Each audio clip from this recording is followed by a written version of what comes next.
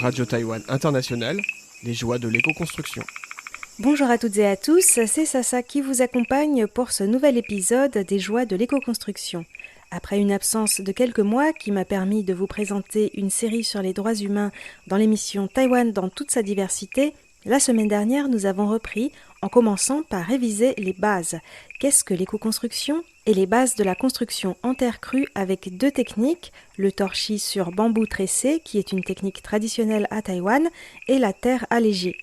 Si j'ai pu vous expliquer tout ça, c'est parce que j'ai participé cet été à un stage d'éco-construction organisé par Peter Moorhead et Jiang Hui-yi, fondateurs du centre de formation en permaculture Earth Passengers à Dulan sur la côte est de Taïwan. En 3 jours, nous avons appris ces deux techniques et aussi une autre à laquelle je consacre cet épisode, la bauge.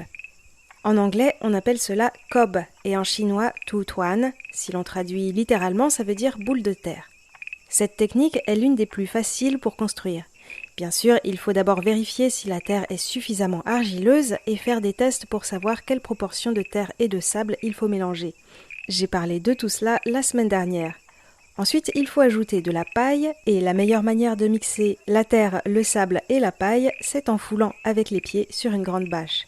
C'est à la fois fatigant et amusant. Je vous en ai déjà parlé souvent dans les épisodes précédents des joies de l'éco-construction et d'ailleurs c'est quelque chose que les enfants adorent faire. Les particularités de la construction en bauge, c'est notamment que l'on peut construire des maisons rondes ou aux murs arrondis et d'ailleurs c'est même mieux avec cette technique, c'est plus solide que les murs tout droits. En plus, ce qui est rond fait penser inconsciemment à la matrice originelle et d'ailleurs il n'y a pas de ligne droite dans la nature. Avec cette technique, la terre peut aussi être sculptée, un peu comme de la pâte à modeler, donc on peut décorer la maison et même faire des étagères en terre intégrées aux murs. Les murs en bauge sont assez épais, surtout dans leur partie basse, et contrairement au torchis sur bambou tressé et à la terre allégée, les murs en bauge peuvent être porteurs, c'est-à-dire qu'ils peuvent soutenir le toit. Il n'est pas forcément nécessaire d'avoir une charpente en bois ou une structure en métal pour soutenir le toit. Il peut être porté par des poutres directement encastrées dans le mur en bauge, mais dans ce cas, il faut que le mur ait une épaisseur d'au moins 30 cm en haut et encore davantage en bas.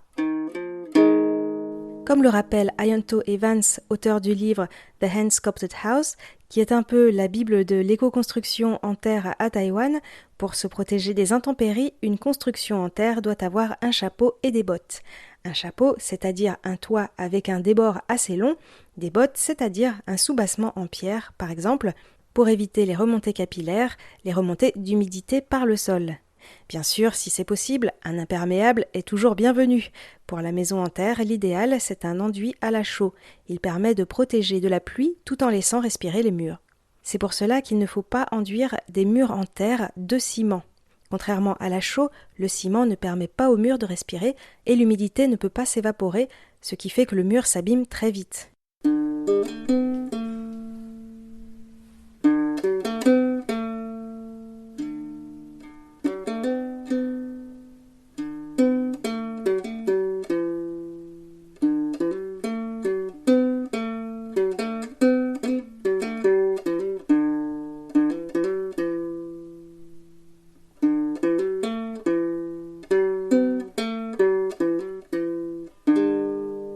Pour les fondations, il faut creuser sous les murs au moins 30 cm, remplir avec des pierres et les enfoncer dans le sol en les tassant avec un tronc d'arbre, puis ajouter de gros cailloux et enfin des plus petits en les tassant.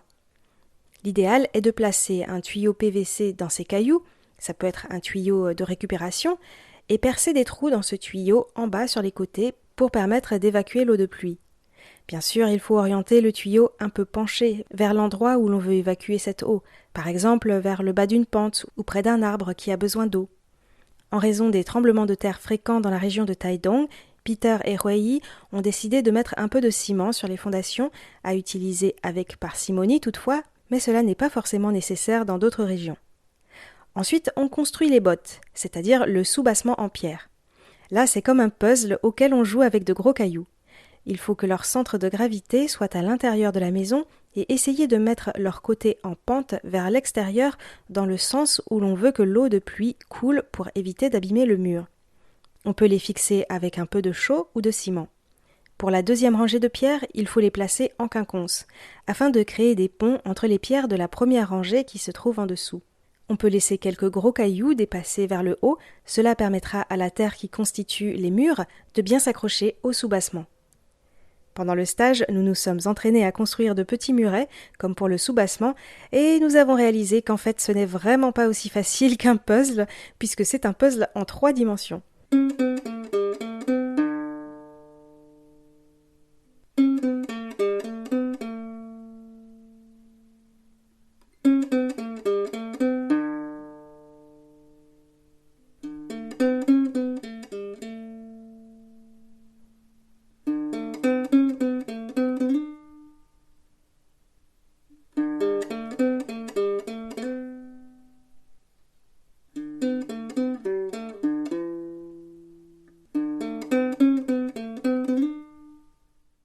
Chez Earth Passengers, il y avait une maisonnette en bauge déjà terminée, donc nous avons pu voir le résultat, et une autre était en cours de construction, sur laquelle nous avons pu nous entraîner à placer les boules de terre sur le soubassement en pierre, après l'avoir aspergé d'eau et badigeonné de barbotines d'argile.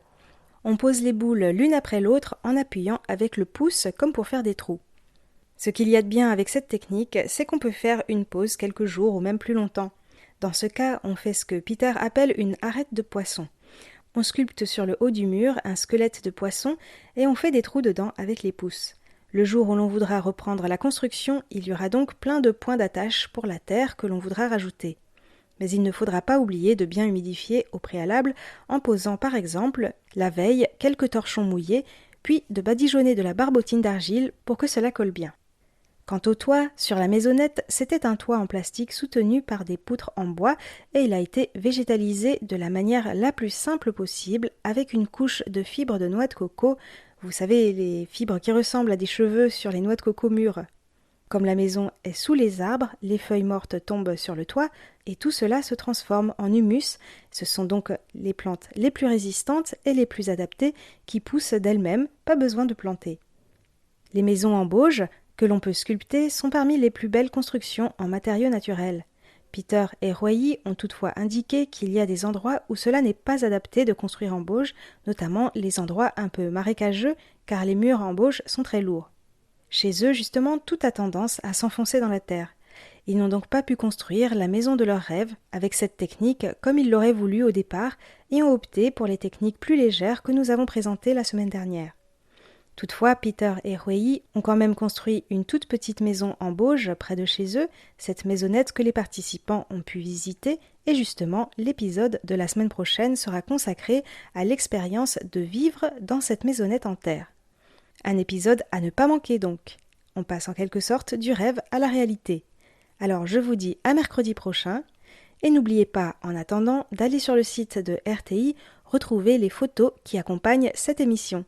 Portez-vous bien et merci de votre fidélité à Radio Taïwan International.